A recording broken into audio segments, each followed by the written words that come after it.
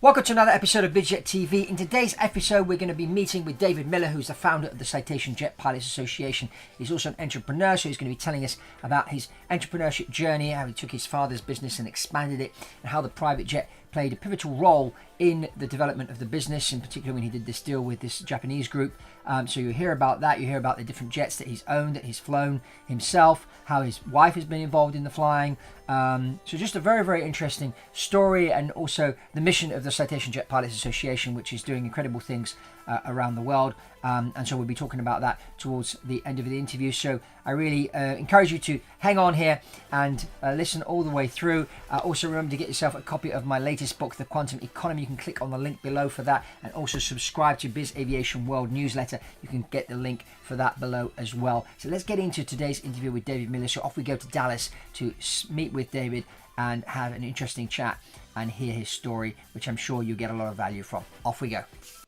So, David, welcome to BizJet TV. It's nice to have you here. I guess it's sunny over there in Texas right now. About 41°C, as you might say in the UK today. It's warm. Okay, that's nice. Here it's about 15 degrees Celsius and it's raining. Welcome to England. Thank you. Yeah, so, David, you have an interesting story to tell. You started this car wash business, and it just went, crazy and did really well. Tell us about how you started in the car wash business, how that entrepreneurship journey evolved over time. Over to you. Fabricio, I was fortunate in that I had a family member. My father started the business in 1960. Okay. Yep. And I was probably 9 years old. And my job back in when I was 10 years old, my father made car wax and polishes and products for automobile reconditioning. And he used to produce one product in our family garage at home. And every Sunday after church, my job would be to put a little container in another little container laid out over the concrete floor of the garage when I was 10 years old. So I started in the family business at a very early age. Wow. So how big was the business? How big did your father manage to grow the business? Was it just based? Was it in Dallas? Is that where you started? It was back in the 1950s, and after World War II, he came to Dallas, and he back in those days there were no car washes or detail shops, as we call them in the U.S. If you cleaned up your car, it was done at a gas station. Okay. So he actually drove his car from, he owned gas stations, and then he decided he was going to sell products, polishes and waxes to all these people in gas stations.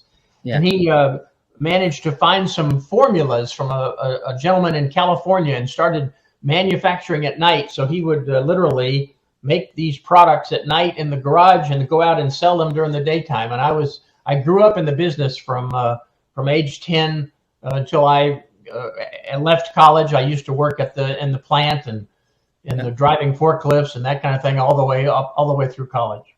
Yeah, and then you sold your business in 2005. So when you got to 2005, was the business just in Texas, or was it all over the nation?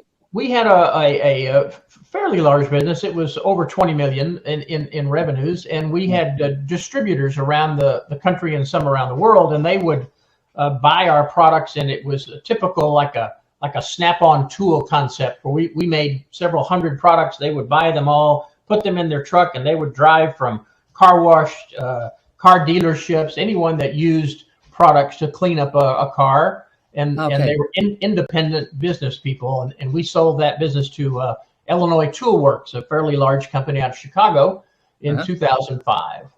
Okay. Now tell us about when you started flying, because I know you fly with your wife. Yes. When did you start flying? Did you just start as a hobby? Tell us about that, because obviously the people watching are really interested in hearing this. I got the bug probably about age 10, got my license in high school in 1968. Okay. I was a licensed pilot before I was a senior in high school. So I was... Same here. Same with me. I started flying when I was 15.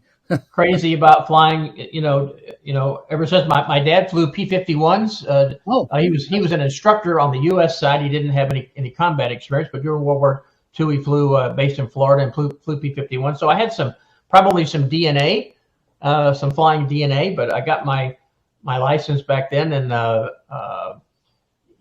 we had our business. It was very small at the time, maybe $1 million or $2 million in revenue, but I had to figure a way I could buy an airplane to expand the business. Okay. So I've heard you make comments about people buying too much airplane that they couldn't afford. That was exactly the story. So I bought our first airplane was a Beech Baron, and then we bought a Duke, a Beech Duke, and then a B-100 King Air, and then I wanted to go in the jet age, so I bought a Sabreliner, a 1965 Sabreliner, and then a Falcon 10. And so we kind of expanded as the business grew, and we used those airplanes to travel around the country, mainly U.S., to expand our business and build it, visiting customers and that kind of thing. So when you were flying these airplanes, would you fly on obviously Sabreliner and Falcon 10 require a second pilot, but when you were flying the single pilot aircraft, did you have like a more experienced pilot with you? How did you manage that side of it? I did. When I started flying, I realized pretty quickly on that when I bought the Duke, I flew that for a few years and realized that I could not be a fairly decent CEO and a fairly decent pilot both in the same day. So I hired a person, a SIC, to go along with me to do the flying and the pre-flights and the weather and all that kind of stuff, so I could focus on the business. And then as we grew into airplanes that required two pilots, like Sabreliners and Falcons, that was required. But I always pretty much had somebody to help certainly in the business situations. Yeah. So what airplane do you have now? I am in between airplanes. I've had once I sold the business, I bought a C-90 King Air, and then this little interesting Citation Mustang came along, and I was serial number 8.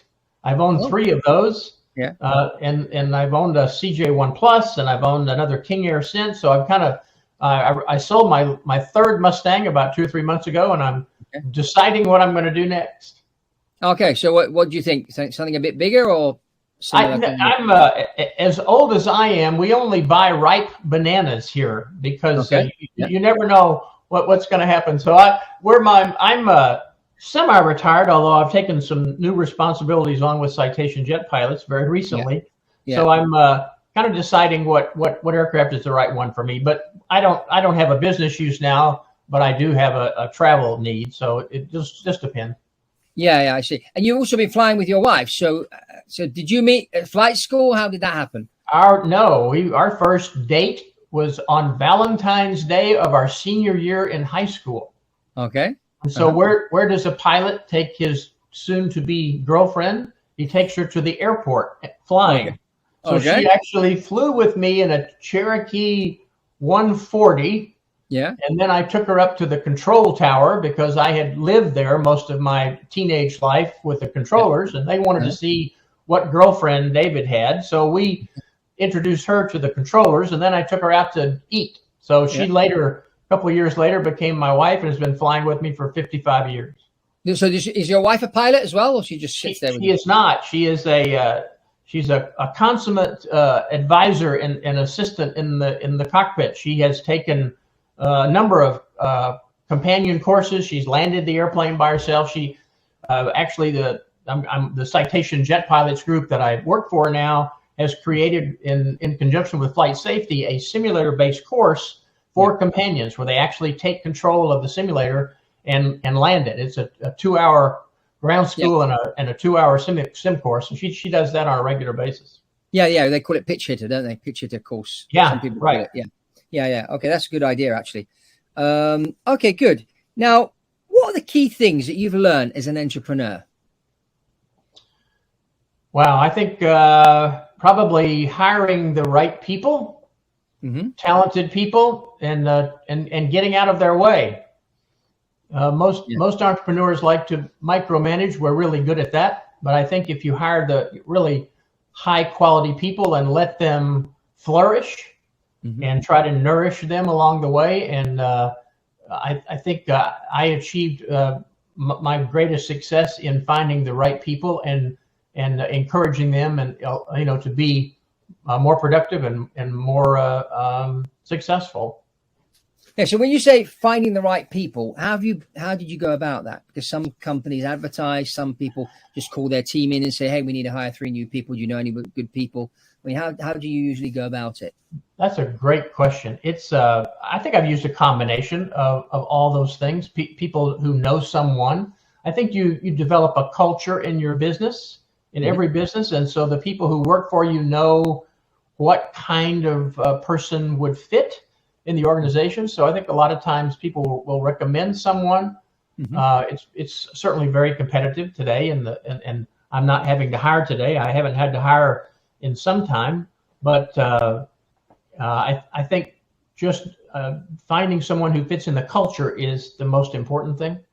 Yeah, I agree. Yeah, I mean, and maybe they're not as skilled, but you can train for skill, but you can't train for mindset. It's very difficult to train for mindset. I remember a very old pilot in my early years said to me, "I never hire pilots. I hire good men and then make them become good pilots instead of the other way around, because I've tried, it never works." So the same can be applied for a company. I mean, just hire good people who've got good. Yeah, I think it's also important to look for those people that are a little bit, we might say, off the wall, who are creative or who may not fit exactly in the mold, because it can stimulate other people in your organization to think outside the box. For instance, if you hire someone with a different skill set or different background, I had some success doing that. Yeah. Okay. So now going back to the aeroplanes that you've had over the years, tell us a bit about maybe 1 or 2 deals that you managed to do because you had the private airplane. And if you hadn't traveled in and out by private airplane, that deal would have not happened. Tell us how the plane played that pivotal role in that deal. We were in a fairly small industry, and so we were probably the only competitor in our little niche market that had an airplane. So we could be nimble and respond quickly. I remember we were competing for $1 million account, and the customer had multiple locations all over the country. We were able to take the jet, I think it was a Sabreliner at the time, and land and see 3 of their facilities in the same day. And so nobody else could do that. And so the customer was pretty impressed that we could actually be that nimble, and the competitor couldn't. So I think the ability to go to those outlying places, and this was back in maybe the 90s or the 2000s. It's even more so today with airline travel is even much more difficult today than it was years ago. So I think that time factor, being able to compress the day and get more done. I often also told my employees I would take 3 or 4 of them on a business trip, and they were sitting in the back in this nice private jet. And I said, this airplane is costing us multiple thousands of dollars. By the time we land at the next destination, I want an idea from this group that pays for this trip. So we use the trip, the luxury, let's say, of flying in the corporate jet to produce some ideas that could pay for the trip. That's very clever, actually. And your business, I mean, being a $20 million business, it's very unusual. A $20 million business has a private jet, but you got it to that because you had the private jet. So you're one of these people, like the ones I talk about in my book, The Quantum Economy, like Renzo Rosso, the guy that owns the diesel brand. I mean, in his early days, he bought a Lear 45, and his accountant said, "You're crazy." He said, No, it's a stupid idea, so we're going to do it. And then he wanted to expand internationally big time, so he bought a Falcon 7X, and he started going all over the world in this thing. And my friend was the chief pilot, so he flew him all over. And they expanded the brand everywhere, from Japan to Australia to the US. And if they hadn't had the private jet, that would have never happened. So it makes sense, as you said, and what you were doing with your people, saying, "Okay, guys, this trip costs $20,000 or $30,000. Come up with a $30,000 idea while we're on the trip to pay for this flight." Yes, and we actually used the jet. I remember we discovered a product in Japan. It is a clay bar. It looks like it's a car detailing. They use it to smooth out the paint. It had never been seen. It had never been seen in the United States. We discovered it by accident in Japan. Brought it to the U.S. It became a overnight huge success. Now used all over the country, and it But we took those people in Japan. They came over to the U.S. and they had the option of selling their incredible product to a number of people. But in the back of the private jet and being able to negotiate a deal made the difference. So that was an instance where we used the airplane to solidify a business deal that enabled us to later sell the company and for me to retire at an early age. So so these Japanese businessmen, you took them on a few trips on your business jet, yes, in America, to show the different places that you could sell this thing. And they had never been on a private jet before in their lives. So just the leverage that we were able to create with that airplane made a big difference. Yeah, it's very clever. That's very clever. And having no one in your competition that kind of business tool, being the private jet, you managed to outsmart everybody. That's very, very clever. And it's very useful, this story, because I'm sure people that are watching, think, that's interesting. So tell us a bit about the Citation Jet Pilots Association, because this is an important thing that you guys have created there.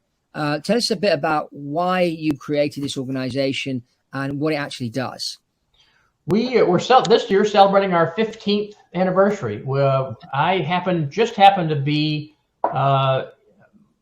looking for a jet back in 2008 when the Citation Mustang was created, and there was no owners group for this the Eclipse was coming out at the time, and the Mustang and all these single pilot jets, and there was no owner group. And so it was created. I just happened to be the right place at the right time, and I happen to be one of the founding members of the group 15 years ago.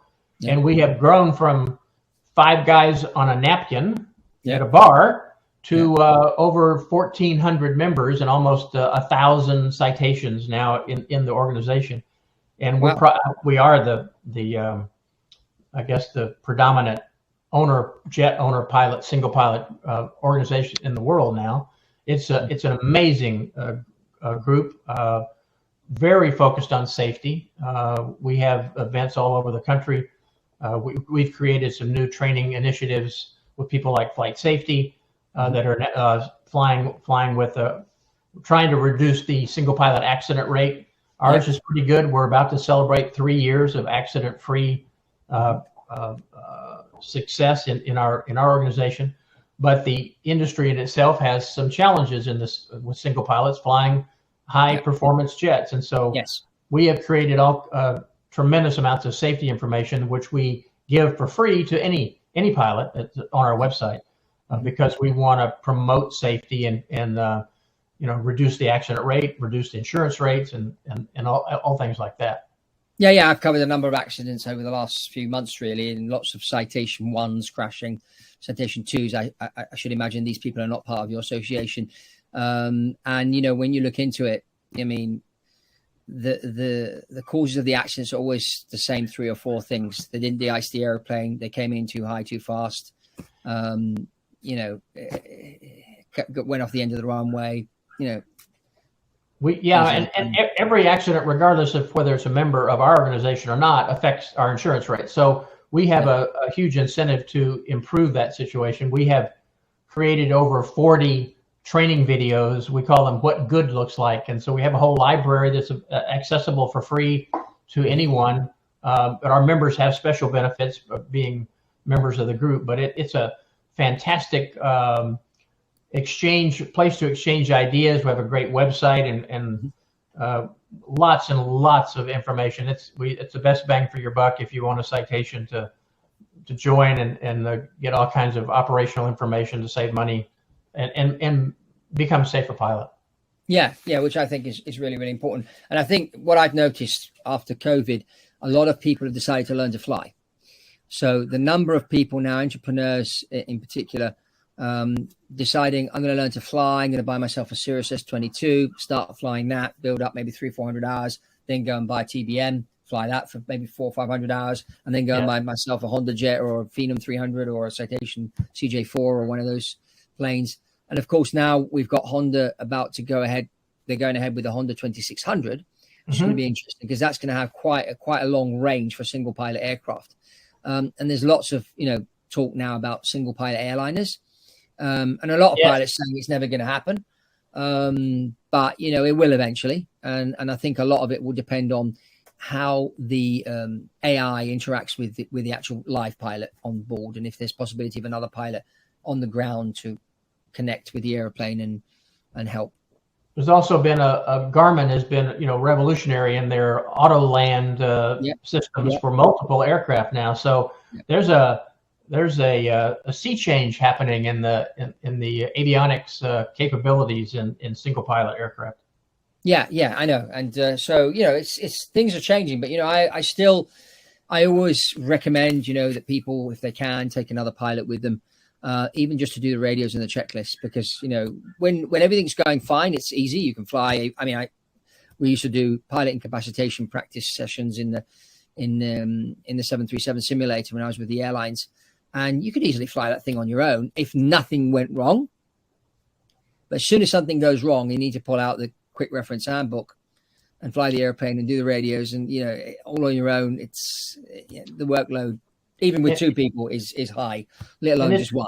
It's amazing. Our CJP members utilize their companions to a great degree, and you'd be surprised how just being able to be familiar with the checklist and being able to change the frequencies or handle the passengers, for instance. When we operate a single pilot jet, we are everything. We're the baggage. We're the ATC. You know, we're everything. And so when we have a challenge on the flight, and our passengers who may be upset or anxious, our companion in the right seat, we use them as what we call a lead passenger. And so they are assigned the task of communicating with all those passengers. So if you have to go around, or if there's an emergency, rather than the pilot be distracted in that situation, we have someone dedicated in the cockpit who can handle that, which so allows us to focus on the task at hand.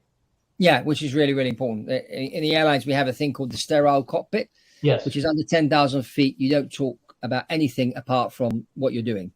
So the checklists, the radios, and looking at the runway, or you know, the ILS, or whatever you're using for landing.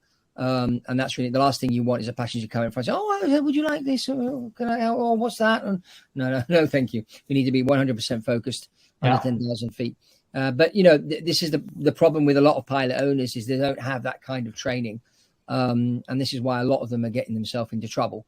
And I think, you know, we need to sort of have a system in play that can help these people be safe, because a lot of people, you know, they make a lot of money and they learn to fly, and their head gets a bit big, and they don't realize that, you know, ice can kill, coming in high or fast can kill.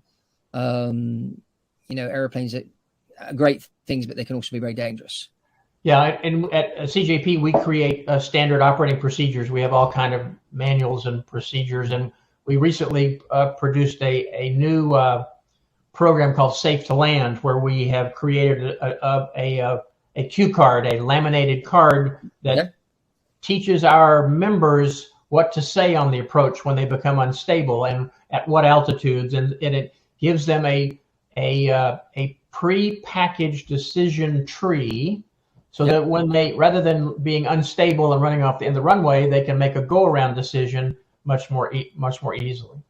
Yeah, and the thing is, you know, doing a go-around is not a bad thing. I think some pilots get caught into the ego thing.